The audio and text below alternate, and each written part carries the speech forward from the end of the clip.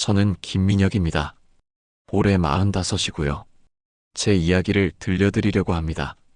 많은 분들이 공감하실 수도, 어떤 분들은 제가 너무 심했다고 생각하실 수도 있을 것 같은데요. 그냥 제가 겪은 일들을 있는 그대로 말씀드리겠습니다. 저는 평범한 직장인이었습니다. 대학 졸업하고 중소기업에 입사해서 열심히 일했어요. 제조업 관련 회사였는데 저는 기술직이었고 나름 일은 잘하는 편이었습니다.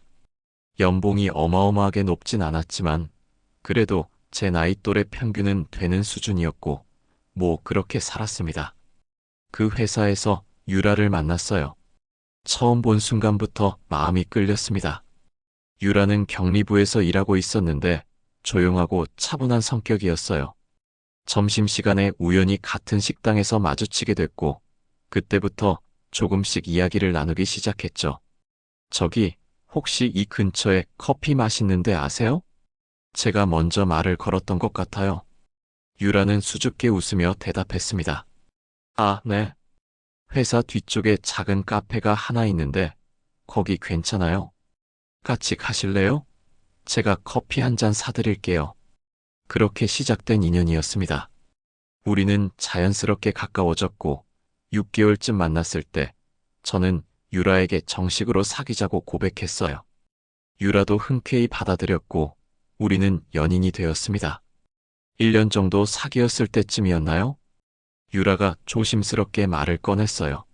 미녀가 우리 부모님께 인사드려야 할 것 같아. 그럼요. 저도 그래야 한다고 생각했어요. 그런데 말해야 할 게 있어. 유라의 표정이 좀 어두워지더라고요. 저는 무슨 일인가 싶어서 긴장했습니다. 사실은 우리 아버지가 이 회사 사장님이야. 순간 머리가 하얘지더라고요. 저는 완전히 모르고 있었거든요. 유라는 회사에서 그냥 평범한 직원처럼 일했어요. 사장 딸이라는 티를 전혀 안 냈던 거죠. 왜? 왜 말 안 했어요? 미안해. 처음엔 그냥 평범하게 만나고 싶었어. 사장 딸이라는 게 알려지면 사람들이 다르게 대하잖아. 너한테도 부담될까봐. 이해는 됐습니다.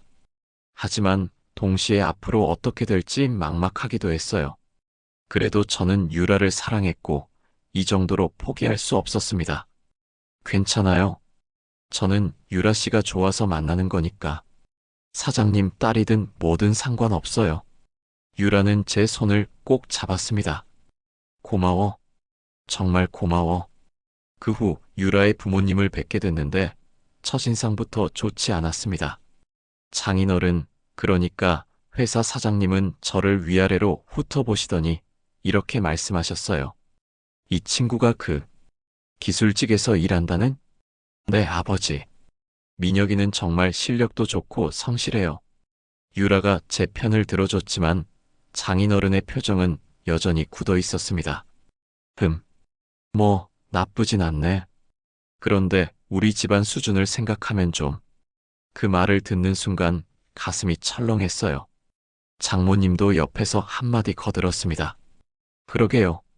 우리 딸이 좀 아래로 만나는 것 같긴 한데. 어머니, 유라가 당황하며 말렸지만 이미 분위기는 싸늘해진 후였습니다. 처남도 있었는데 저보다 4살 어렸어요.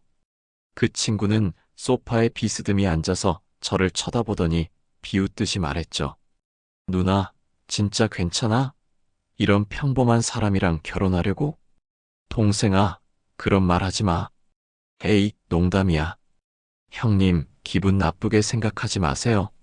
전혀 농담 같지 않은 투였지만 저는 참았습니다. 첫 만남이니까요. 아니에요. 괜찮습니다. 장인어른이 팔짱을 끼시며 말씀하셨어요. 김씨, 솔직히 말하겠네. 자네가 우리 딸한테 뭘 해줄 수 있나? 연봉이 얼만데? 4,500 정도 됩니다. 4,500? 우리 아들은 이제 7,000 받는데. 아, 물론 직급이 다르긴 하지만. 처남은 회사에서 이사 직함을 달고 있었어요. 물론 실력 때문이 아니라 사장 아들이라서였죠. 결혼은 했습니다. 유라가 원했고, 저도 유라와 함께하고 싶었으니까요. 하지만 결혼식부터 뭔가 잘못됐다는 걸 느꼈어요. 장인어른 쪽 하객이 압도적으로 많았고 제 쪽은 초라해 보였습니다. 식장 배치도 피로연 자리도 모든 게 신부 쪽 위주로 진행됐어요. 미녀가 미안해. 우리 아버지가 워낙 아시는 분이 많으셔서. 괜찮아요. 이해해요. 저는 계속 참았습니다. 결혼 생활도 마찬가지였어요. 우리는 장인어른이 마련해 주신 아파트에서 살았습니다. 전세금도 다 장인어른이 내주셨고요. 유라는 결혼 후 회사를 그만뒀어요. 미녀가 나 일 그만두려고. 아기도 가져야 하고. 그래요? 유라 씨가 원하면 그렇게 해요. 그때부터였던 것 같아요. 제가 점점 이 집안에서 존재감이 없어지기 시작한 게 명절 때마다 장인어른 댁에 가야 했는데 거기서의 대접이 정말 말로 표현하기 어렵습니다. 민혁 씨, 상 차리는 거 좀 도와줘요. 장모님이 부르시면 저는 부엌으로 가야 했어요. 다른 가족들은 거실에서 편하게 앉아 있는데 저만 유독 심부름을 많이 시키셨죠. 이거 저리 옮기고 저거 여기 놓고. 네, 어머님. 아이고, 그것도 제대로 못해? 여기 놓으라니까? 죄송합니다. 우리 딸이 시집 잘못 갔어. 귀에 들리게 중얼거리시는 거예요. 저는 들은 척도 안 하고 계속 일했습니다. 어느 설날이었어요. 친척들이 다 모인 자리였는데 장인어른이 술 한잔 하시고 이런 말씀을 하셨습니다. 우리 딸이 좀 아래로 결혼했지 뭐야? 주변 사람들이 웃었어요. 저는 웃지 못했지만 웃는 척 했습니다. 아버지, 그런 말씀 마세요. 유라가 말렸지만 장인어른은 계속하셨죠. 아니, 사실이잖아. 우리 집안 수준을 봐. 그래도 뭐 민혁이가 성실하니까 인정하는 거지.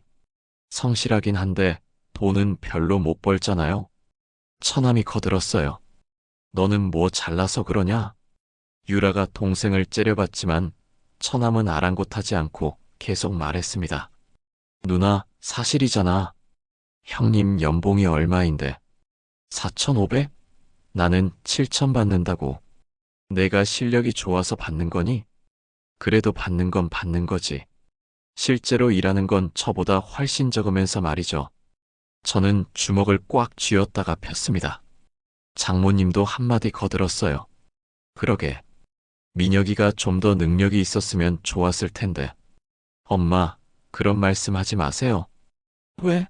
사실이잖아. 우리 딸 시집 보낼 때 얼마나 걱정했는데. 저는 입술을 깨물었습니다. 참아야 한다고 스스로에게 되뇌었어요. 회사에서도 마찬가지였어요. 처남이 회의 때마다 저를 무시했습니다. 김대리, 이번 프로젝트 진행 상황 보고해봐요. 네, 현재 70% 정도 완료됐고요. 70%? 왜 이렇게 느려요? 다른 팀은 벌써 90% 넘었는데 저희 팀은 기술적으로 더 복잡한 부분을 담당하고 있어서 변명하지 말고 빨리 끝내세요. 제 매형이라고 봐주는 거 없으니까 알아서 하세요. 다른 직원들 앞에서 그런 식으로 말하는 거예요. 저는 이를 악물고 참았습니다. 알겠습니다.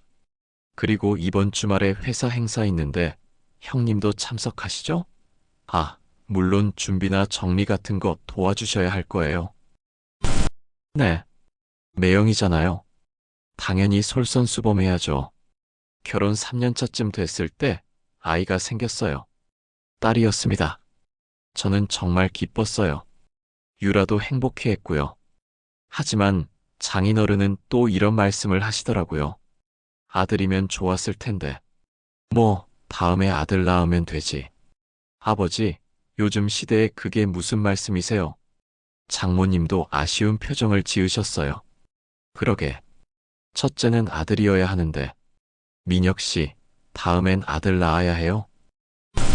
노력하겠습니다.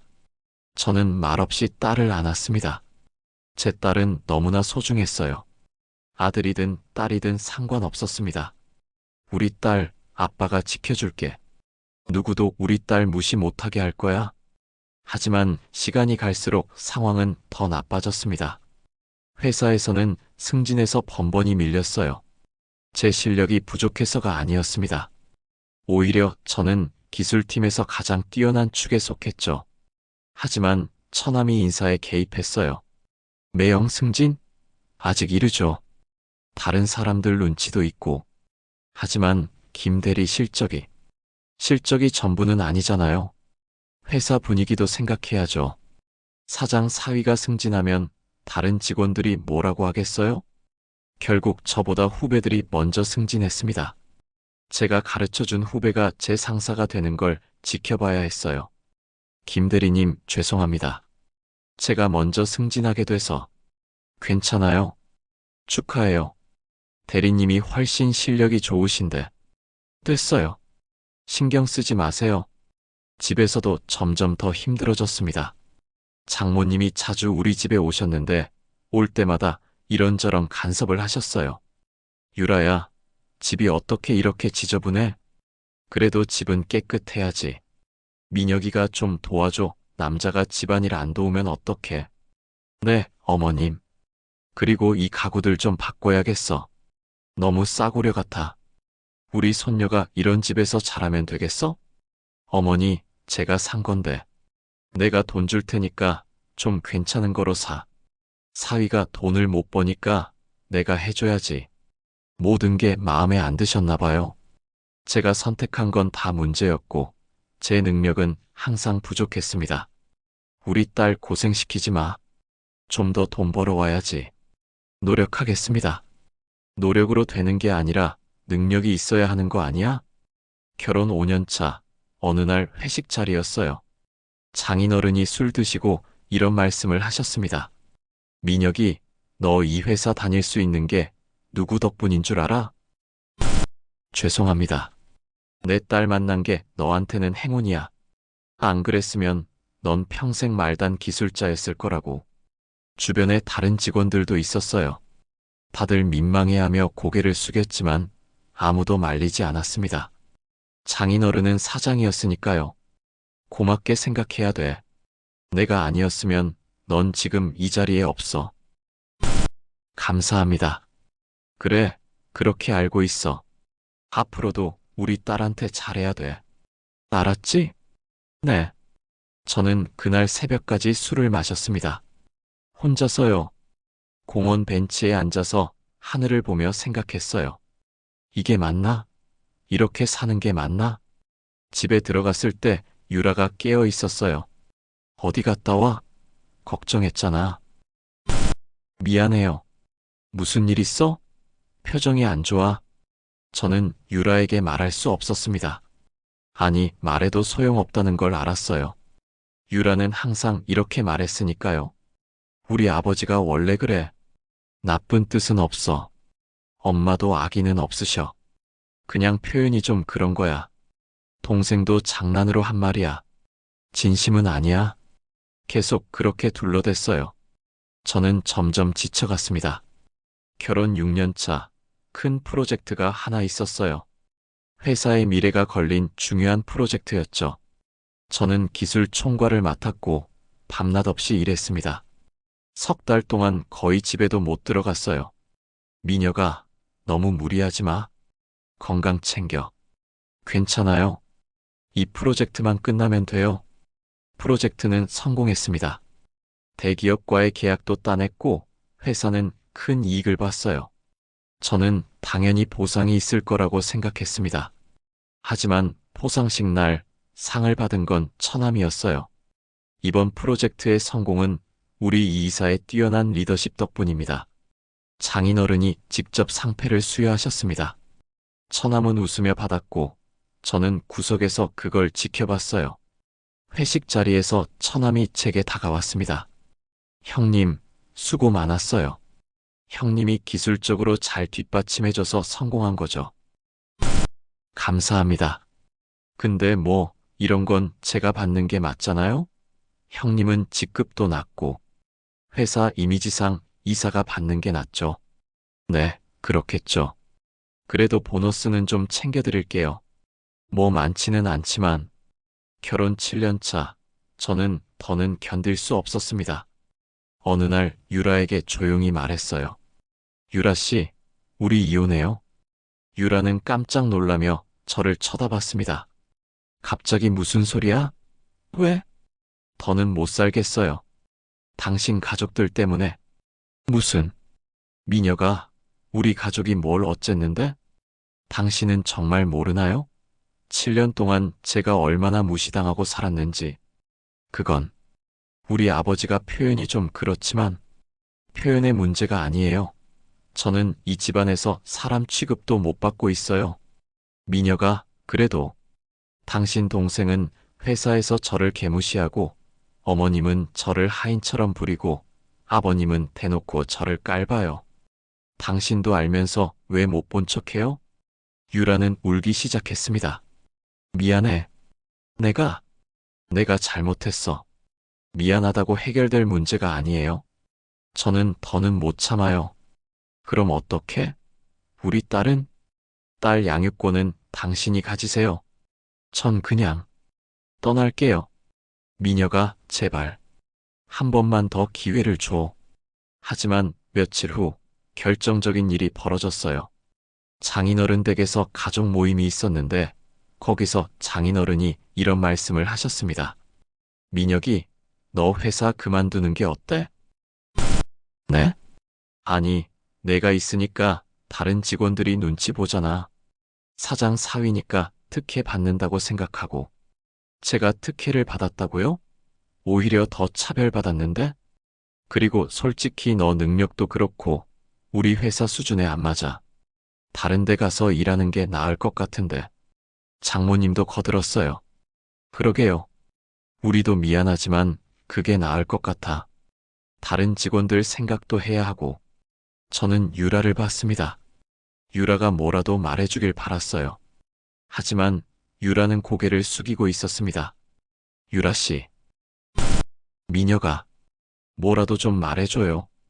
유라는 떨리는 목소리로 말했습니다. 미안해. 근데 엄마가 도와주지 않으면 우리도 못 살아. 아빠 회사 나가면 우리 어떻게 살아? 그 순간 제 안에서 뭔가 완전히 부서지는 소리가 들렸어요. 마지막 남은 희망까지 사라지는 느낌이었습니다. 그렇군요. 미녀가 알겠어요. 제가 나가겠습니다. 저는 자리에서 일어났습니다. 장인어른이 말했어요. 야, 어디가? 아직 식사도 안 했는데. 배가 안 고프네요. 먼저 가보겠습니다. 저는 그 집을 나왔습니다. 그리고 다시는 돌아가지 않았어요. 집에 와서 짐을 쌌습니다. 많지 않았어요. 제 옷가지 몇 벌, 책 몇 권, 그게 전부였습니다. 유라가 울며 붙잡았어요. 가지마. 내가 잘못했어. 내가 우리 가족한테 말할게. 이제 늦었어요. 미녀가 제발 우리 딸 생각해서라도. 딸은 제가 책임질게요. 면회권은 당연히 행사하겠습니다. 양육비도 보낼게요. 그게 아니라 유라 씨, 당신은 7년 동안 단 한 번도 제 편을 들어준 적이 없어요. 항상 당신 가족 편이었죠. 미안해. 저도 미안해요. 하지만 이젠 정말 끝이에요. 저는 그렇게 집을 나왔습니다. 38살이었어요. 작은 원룸을 얻어서 살기 시작했습니다. 회사도 그만뒀어요. 사표를 내니까 장인어른이 전화를 하시더라고요. 야, 김민혁. 제대로 정리하고 나가야지. 인수인계는 제 후임자에게 다 넘겼습니다. 그리고 위자료 같은 거 바라지 마. 내가 먼저 나간 거니까. 우리 딸 고생시켰으면 됐지. 네, 아무것도 바라지 않습니다. 그래, 그게 좋아. 너같이 무능한 놈이 우리 딸이랑 있는 것보다 나가는 게 나아. 전화를 끊었습니다. 다시는 그 목소리를 듣고 싶지 않았어요. 저는 그때부터 새로운 삶을 시작했습니다. 제가 가진 건 7년간 모은 적금 5천만 원 정도가 전부였어요. 그걸 종잣돈 삼아서 창업을 준비했습니다.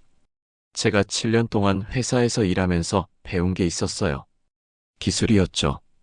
그리고 업계의 문제점들도 정확히 알고 있었습니다.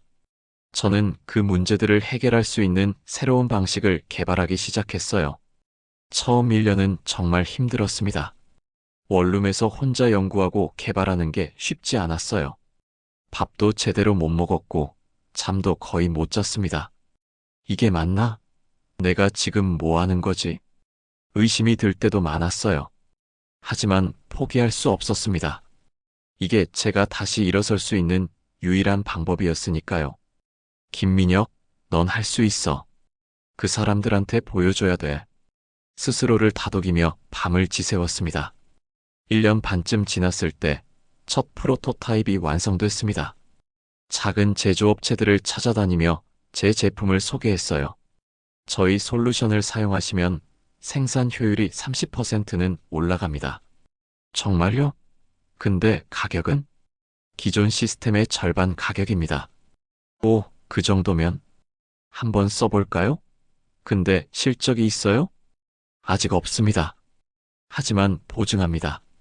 만족 못하시면 전액 환불해 드릴게요. 첫 고객이 생겼습니다. 작은 시작이었지만 저는 정말 기뻤어요. 한 달 후 그 고객에게서 전화가 왔습니다. 김 대표님, 이거 진짜 대박이에요. 그래요? 생산성이 40%나 올랐어요. 우리 사장님이 완전 만족하셨어요. 다행입니다. 주변 업체들한테 소개해도 될까요? 물론이죠. 감사합니다. 2년차에 접어들면서 고객이 조금씩 늘었습니다. 입소문이 나기 시작했거든요. 저는 사무실을 하나 얻었고 직원 2명을 고용했어요. 대표님, 이번 달 매출이 3천만 원 넘었습니다. 그래요? 잘 됐네요. 근데 대표님 쉬셔야 할 거 아닙니까? 매일 밤새 마시는데. 괜찮아요. 지금이 중요한 시기니까. 건강 챙기세요. 대표님이 쓰러지면 우리 회사 끝이에요. 3년차 중견 기업 한 곳에서 연락이 왔습니다. 김 대표님, 저희가 대표님 기술에 관심이 있습니다. 합작 투자 의향이 있으신지요? 합작이요? 네, 저희 유통망과 대표님의 기술을 합치면 시너지가 날 것 같습니다. 저희가 20억 투자하고 지분 30% 가져가는 건 어떻습니까? 저는 신중하게 계약 조건을 검토했습니다. 나쁘지 않았어요.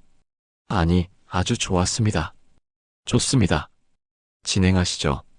감사합니다, 대표님. 잘 부탁드립니다. 그렇게 합작이 성사됐고 저희 회사는 급성장하기 시작했어요. 4년 차에는 직원이 50명이 넘었고 매출은 100억 원을 돌파했습니다. 대표님, 축하드립니다. 드디어 100억 달성했습니다. 다들 수고 많으셨어요.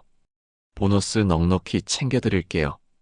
5년 차, 저는 업계에서 어느 정도 이름을 알리게 됐어요. 그리고 재미있는 사실을 알게 됐습니다. 제가 성장한 분야가 장인어른 회사와 직접 경쟁하는 산업이었다는 거예요. 사실 처음부터 의도한 건 아니었어요. 하지만 제가 잘 아는 분야가 그쪽이었고 자연스럽게 그렇게 된 겁니다. 어쩌면 무의식 중에 그걸 원했는지도 모르겠네요. 그 무렵 업계 소식통을 통해 장인어른 회사가 어려워지고 있다는 걸 들었습니다. 김 대표님, 혹시 성원테크 아세요? 네, 알죠. 거기 요즘 상황이 안 좋답니다. 내부 비리도 있었고 이사가 투자 잘못해서 구멍이 엄청났다는 소문이. 성원테크, 장인어른 회사였습니다. 저는 더 자세히 알아보기 시작했어요. 알고 보니 상황이 생각보다 심각했습니다. 처남이 사업 확장한답시고 무리하게 투자했다가 실패했고 내부 회계도 엉망이었어요.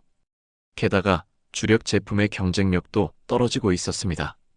대표님, 성원테크에서 투자자를 찾고 있답니다. 투자자요?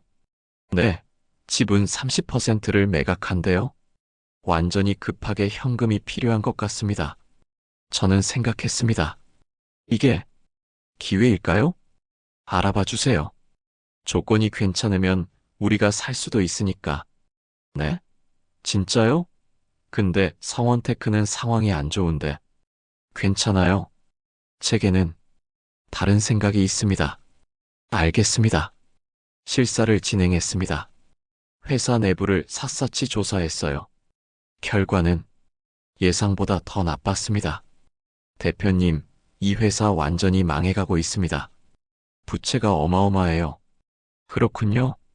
그래도 인수하실 겁니까? 네. 왜요? 적자 기업인데 손해보실 수도 있어요. 제게는 다른 이유가 있습니다.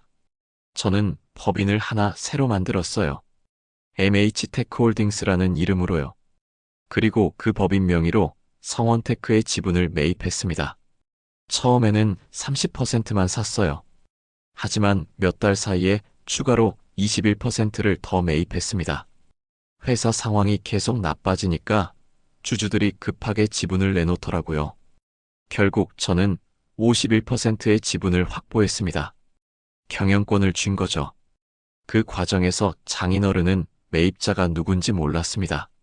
모든 거래가 법인 명의로 이루어졌으니까요. 저는 의도적으로 제 이름을 숨겼어요. 회장님, MH테크홀딩스라는 회사에서 지분을 다 사갔습니다. MH테크홀딩스? 그게 어디야? 잘 모르겠습니다. 최근에 생긴 법인 같은데요. 대주주가 누군지 알아봐. 비공개로 되어 있습니다. 인수가 완료된 후 저는 이사회를 소집했습니다. 신규 대주주로서 경영 전반에 대한 검토를 진행하겠습니다. 변호사를 통해 통보했어요. 장인어른은 그제야 뭔가 이상하다는 걸 느낀 것 같더라고요. 도대체 누가 우리 회사를 산 거야? 나한테 먼저 얘기도 없이. 조만간 아실 겁니다. 이게 무슨 짓이야? 내가 회장인데. 지분 51%를 보유한 대주주의 결정입니다. 새 대표이사 취임식 날짜가 정해졌습니다. 장인어른도 처남도 모든 임직원이 참석했어요. 저는 그날 정장을 차려입고 회사에 갔습니다. 5년 만에 다시 보는 그 건물이었어요. 로비를 지나면서 예전 기억들이 스쳐 지나갔습니다. 무시당하던 그 시절들이요. 신임 대표이사님 입장하십니다. 문이 열리고 저는 천천히 걸어 들어갔습니다. 순간 강당이 조용해졌어요. 장인어른과 처남의 표정이 하얗게 변했습니다. 민혁이? 장인어른이 믿을 수 없다는 표정으로 저를 쳐다봤어요. 안녕하십니까? 새로 대표이사로 취임한 김민혁입니다. 이게 무슨... 내가 어떻게... 앞으로 저는 이 회사를 경영권자로서 이끌어 가겠습니다. 처남이 벌떡 일어났습니다. 야, 김민혁. 이게 무슨 짓이야? 앉으세요, 이 이사님. 아니, 이제 이사님이 아니시죠. 뭐? 인사 발령 났습니다.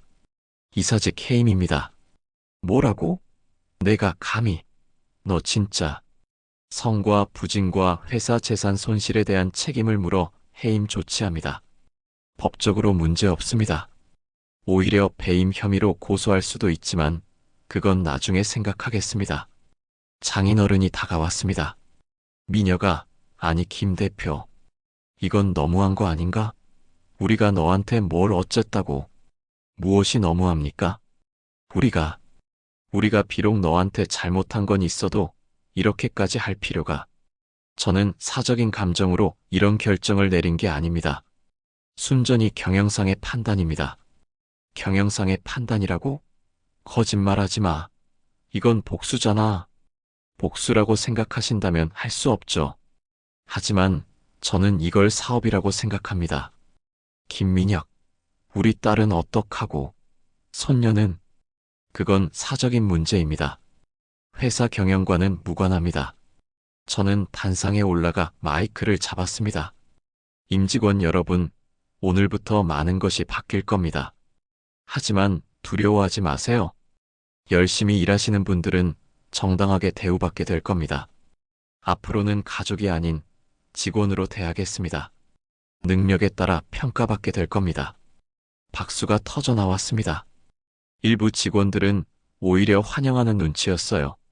그동안 처남의 무능한 경영에 얼마나 불만이 많았는지 알 수 있었습니다.